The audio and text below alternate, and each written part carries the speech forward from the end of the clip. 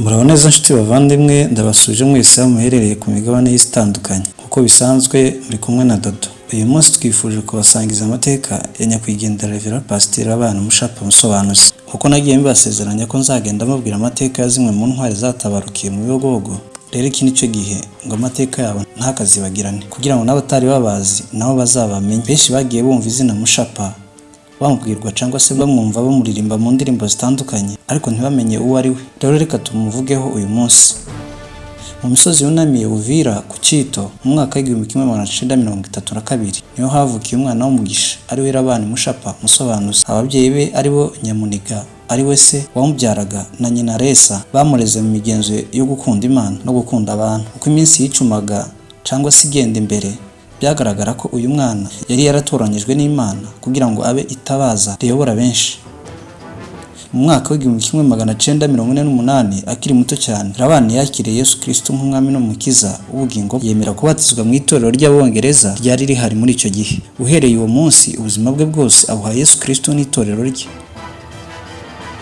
Mu 1952 yashakanye na Ana Nyankema, uw'Imana yamuhaye ngo abe inshuti ye n'umufatanyabikorwa mu rugendo rw'umurimo w'Imana yari atangiye muri icyo gihe. Rev Rabani Mushapa ntiyari umupasiteri usanzwe gusa, ahubwo yari intumwa y'Imana ikora umurimo wayo mu butwari.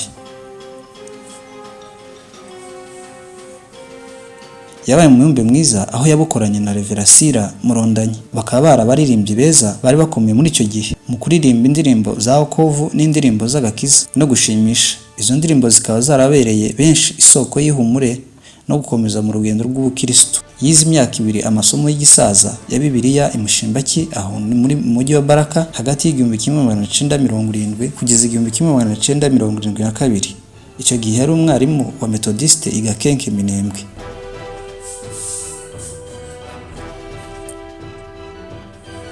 Yatangiye ubupasitori mu 1973 kugeza mu 1996 arangije urugendo rwe rwo kubaho muri iyi si. Icyo gihe yatangiye umurimo w'ubupasitori yari atuye i Gakenke ho muri Minembwe, ariko ijimbo ikaba yari Gipupu.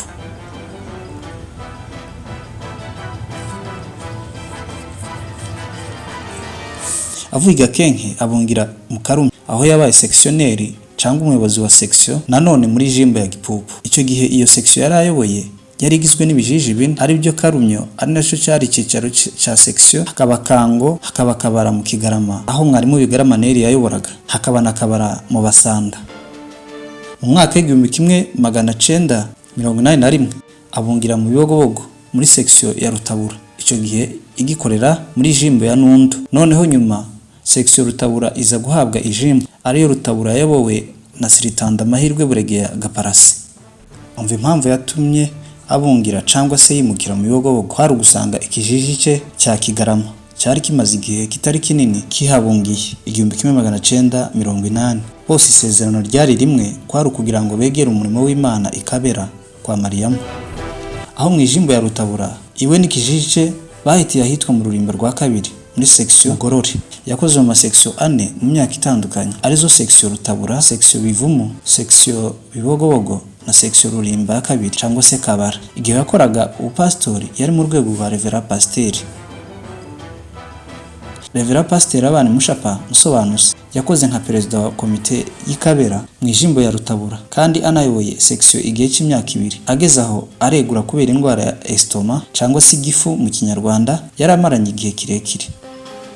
Yahise asimburwa kuri uwo mwanya n'uwitwaga Rev Pasiteri Muhanda. Rev Mushapa ni mugari ntitwamuvuga ngo tumurangize, ariko icyamuranze kurusha ibindi byose ni ubutwari no gukunda umurimo w'Imana. Yari umushumba udazusiga intama ze, yabaye koko umushumba w'umutima utararangwaga n'amagambo menshi, ahubwo ibikorwa bye bikivugira. Urugendo rwe rw'iminsi ya nyuma, Rev Pasiteri Abana Mushapa Musobanuzi yarangije urugendo rwe akorera muri section Rulimba kabiri cyangwa se iyitwa Kabara, ahitwa Kabara ari visi wa Rev Pasiteri Samson Mudagiri mu mwaka w'1996. Nyamara urugendo rw'ubuzima bwe rwarangiriye mu buryo bubabaje cyane. Ahitwa Fizi tariki ya 16 z'ukwezi kwa 9 1996, Rev Pasiteri Abana Mushapa Musobanuzi yishwe urupfu rubabaje cyane. Icyo gihe bamufatiye mu biraro kuko hari muki barasuhuye, bari ahitwa Inganje, bamufatira hakurya ya Rombwe bamujyana Fizi, aho bamuboheye amaboko inyuma bamuhambirira ku giti muri centre Fizi mu isoko, bamutera amabuye kugeza acikanye. Urupfu ntirwari rw'umugome ngo yicwe urupfu nka ruriya, ahubwo ndugereranya n'urw'intumwa za mbere zishwe zizira Kristo. Pasiteri Yabesi Munyakuri, umwe mu bana be basizwe na Rev Mushapa, akaba ari nawe mfura ye, umva uko yambwiye igihe nayitohozaga. Ati iyo nkuru yo kurangiza k'umubyeyi wanjye nayibwiwe n'uwari uhahagaze. Mubembe wambwiraga ayo makuru ntiyari azi ko uwo wishwe yari data. Mubwiye yuko ari papa arababara cyane. Uyu munsi iyo dusubiza amaso inyuma tubona ko Rev Mushapa Musobanuzi yasize umurage udashobora gusibangana, umurage wo gukunda Imana, gukunda itorero no gukunda abakristo. Nubwo yaguye Fizi mu buryo bubabaje, igisigaye mu mitima y'ababanye nawe ni ubutwari bwe n'umurage we. Yari umushumba w'ukuri, umugabo witanze atizigamye mu gukunda Imana. Rev Pasiteri Mushapa Musobanuzi yasize umurage udashira, urukundo, ubutwari no kwiyegurira umurimo w'Imana. Nubwo atakiri kumwe natwe, izina rye riracyamurika, ibikorwa bye bizahora byibukwa. Mugire ibihe byiza, mwari kumwe na Bigobogo TV. Ciao ciao.